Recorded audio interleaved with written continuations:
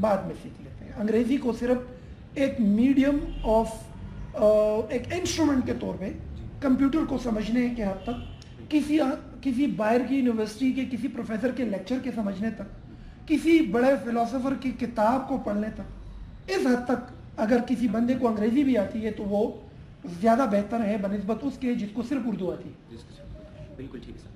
آپ نے اپنے الفاظ کے درمیان ایک لفظ استعمال کیا اپرچونیٹیز کا, اور اگر اپرچونیٹیز کی بات کی جائے پاکستان میں تو بہت سے ایسے اسٹوڈنٹس ہیں یا بہت سے ایسے لوگ ہیں جو کہ پڑھ تو لیتے ہیں, ڈگریز بھی ان کے پاس آ جاتی ہے, سرٹیفکیٹس بھی ان کے پاس ہوتے ہیں, ڈپلوماز بھی ان کے پاس ہوتی ہے, سب کچھ ہوتا ہے, لیکن وہ یہ ایکسکیوز کرتے ہیں کہ ہمارے پاس اپرچونیٹی نہیں.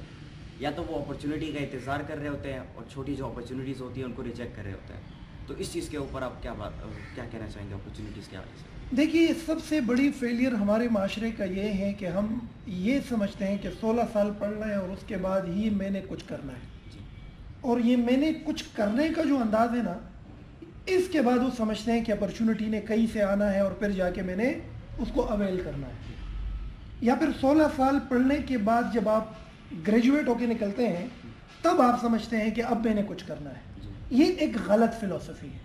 اپرچونٹی بذات خود ایک ایسی چیز ہے جس کو آپ نے اپنے ساتھ بچپن سے اٹھانا ہوتا ہے. غلطی کر جاتے ہیں کچھ لوگ ایسے ہیں کہ یہ تو سب سے بڑی غلطی کر رہے ہیں جو اس انتظار میں کہ 16 سال پڑھوں گا تب جا کے پھر کہیں جا کے کچھ کروں گا.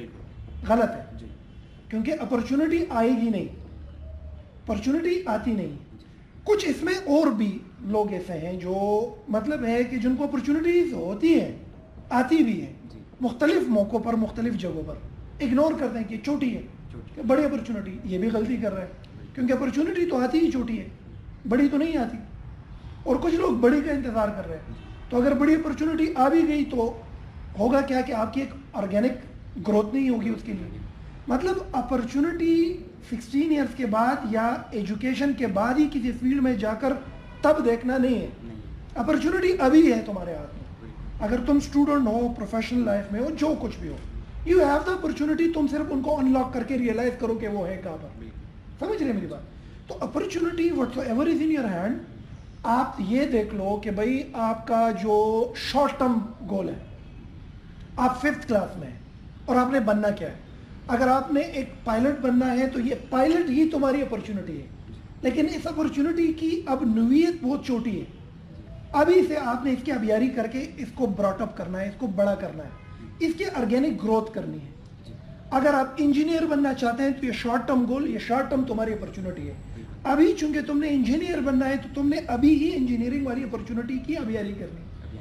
اپرچونٹی ہوتی چھوٹی ہے, ان کی ابیاری کرنی ہے, ان کی حفاظت کرنی ہے اور ان کے ساتھ بڑا ہونا ہوتا ہے. اگر بڑی اپرچونٹی یکدم مل گئی تم اس کا بیڑا غرق کر دو.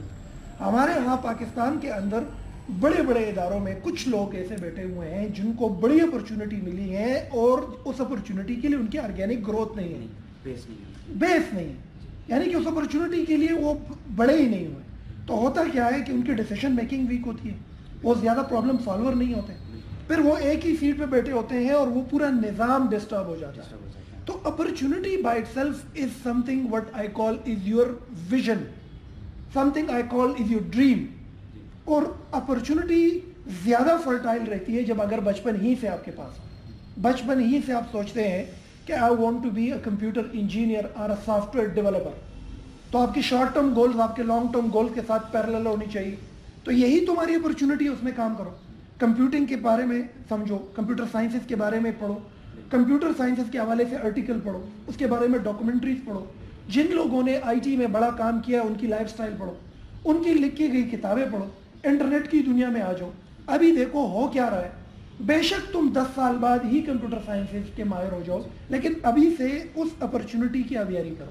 تو یہی اپرچونٹی چھوٹی ہو کر بڑی ہو کر آپ کے ساتھ ساتھ براٹ اپ ہو کر جب آپ 16 ایئرس تک نکلتے ہیں, وہ اپرچونٹی ایک بڑی صورت میں آ جاتی ہے اور آپ بڑی کامیابی ہاتھ میں آپ کی لگ جاتی ہے. اچھا, یہ فیکٹر جس اسٹوڈنٹ کے اندر ہو جو بچپن سے ایک خواب کے ساتھ جی رہا ہو, یہی خواب ان کی اپرچونٹی ہے اور یہی اپرچونٹی ان کے ساتھ گروتھ اپ کرتی ہے. تو اپرچونٹی کبھی آئے گی نہیں, اس کی ابیاری کرنی پڑتی ہے اور ان کو بڑا کرنا پڑتا ہے. چھوٹی چھوٹی اپرچونٹی کو مس نہیں کرنا چاہیے, کیونکہ انہی اپرچونٹی کے اندر سے ایک اپرچونٹی نکلے گی, اور بڑی کا انتظار نہ کریں. اور اگر مل بھی گئی تو آپ کی لائف بھی رک جائے گی اور اس اپرچونٹی کا بھی آپ بیڑا غرق کریں گے. تو دیٹ از واٹ آئی. بالکل ٹھیک. آپ نے بیچ میں ڈیجیٹلائزیشن کی بات کی, تو یہاں پر میں آپ سے یہ پوچھنا چاہوں گا کہ سب کو پتہ ہے کہ آج کل سب کچھ جو ہے آن لائن کنورٹ ہو رہا ہے. ڈیجیٹل کی دنیا میں ساری چیزیں ہو گئی ہیں, چاہے وہ ایجوکیشن ہے, بزنس ہے, جو بھی چیزیں ہیں, نیوز سے ریلیٹڈ جو بھی ہے وہ آن لائن کنورٹ ہو گیا.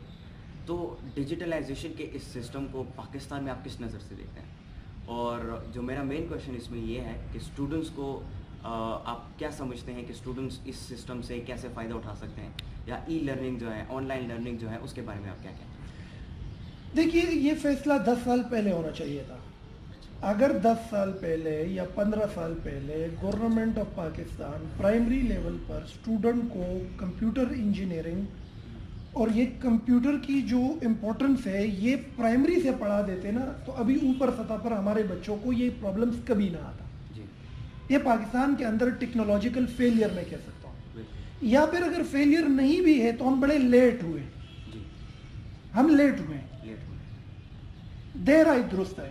ابھی بھی اگر ہم پرائمری سطح پر, مڈل سطح پر, اسکول کے اندر کمپیوٹر کو ایک امپورٹنٹ سبجیکٹ کے طور پر اٹھائیں, کمپلسری سبجیکٹ کے طور پر اٹھائیں, تو اس کے جو اثرات ہوں گے وہ 10 سال بعد جو ہمیں گریجویٹس آئیں گے وہ آلریڈی ریڈی ہوں گے. ہم ریڈی نہیں ہیں, ہمیں ایشوز ہیں. یا تو آپ پاکستان کے اندر دیکھیں, لوڈ شیڈنگ ایک ایشو ہے. اگر بھی کمپیوٹر بھی ہیں, انٹرنیٹ بھی ہیں, تو بجلی نہیں ہے. چلو اگر بجلی بھی ہے, کمپیوٹر بھی ہے, تو پھر انٹرنیٹ نہیں ہے. اب انٹرنیٹ کو بھی ایشور کرنا, بجلی کو ایشور کرنا, پھر غربت ہے, ہر بندے کے پاس کمپیوٹر کو بھی ایشور کرنا. یہ 3 چیزیں اوور آل پاکستان کی پاپولیشن میں بڑے کم لوگوں کو محدود ہے, زیادہ لوگوں تک محدود, زیادہ لوگوں کو یہ دستیاب نہیں ہے. اب جب یہ دستیاب نہیں ہے تو ہوتا کیا ہے کہ وہ ایک digital plate form, cyber station کا حصہ نہیں بن پا رہا ہے. پہلی یہ بات ہے. اچھا, اب اگر لیٹ سپوز کچھ جگہوں پر یہ تینوں چیزیں اویلیبل ہے, اس کے لیے ہم ریڈی نہیں ہیں. اور ریڈی کیوں نہیں ہے؟ کیونکہ ہم نے 10 سال اور 15 سال پہلے یہ فیصلہ نہیں کیا. کمپیوٹر آیا, لیکن ہم نے کمپیوٹر کی جو ویرائٹی تھی, جو انٹرٹیننگ سائڈ تھا, اس کو اڈاپٹ کیا, اور اس کی جو الگ سائڈ تھا وہ ہم نے اڈاپٹ نہیں کیا. مطلب میں یہ کہہ سکتا ہوں کہ ہمارے پاس آئیڈیا آ جاتی ہے, ہم کوئی ایک نئی چیز آ جاتی ہے, کوئی ایک انوینشن ہو جاتی ہے, ایک آئیڈیا آ جاتی ہے, ہم صرف سطحی طور پر اس آئیڈیا کو لے لیتے ہیں. مثال کے طور پر کمپیوٹر آیا تو ہمارے ذہن میں یہ آیا کہ computer is a machine which receive the data, process the data and give the output. یہ جو فرنٹ لائن چیز, ایک آئیڈیا, ایک چیز کے آنے کی انفارمیشن ہے, یہاں تک ہم جان گئے. تھوڑے اور گئے, ہم نے یہ دیکھ لیا کہ اس میں آپ فلم دیکھ سکتے ہیں, مووی دیکھ سکتے ہیں, گیم کھیل سکتے ہیں. یہاں تک ہم سیکھ گئے, ہم ایک آئیڈیا کی ڈیپتھ میں نہیں جاتے. کمپیوٹر آیا, کیوں آیا, کس نے بنایا, اس میں ہم کر کیا سکتے ہیں, یہ سوالات, ان کے جوابات اگر 10 سال پہلے مل چکے ہوتے, آج پوری پاکستان کی جو یوتھ ہے, اسٹوڈنٹ ہے, اس کو یہ پرابلم کبھی بھی پیش نہ آتی. لیکن میں یہ سمجھتا ہوں کہ ابھی بھی کافی تیزی سے پاکستان کے اندر جو ڈیجیٹل ایجوکیشن ہے وہ گورنمنٹ بھی اس میں کافی انٹرسٹ دکھا چکی ہے, اور پرائیویٹ سیکٹر بھی بڑی تیزی سے اس طرف آ رہا ہے. تو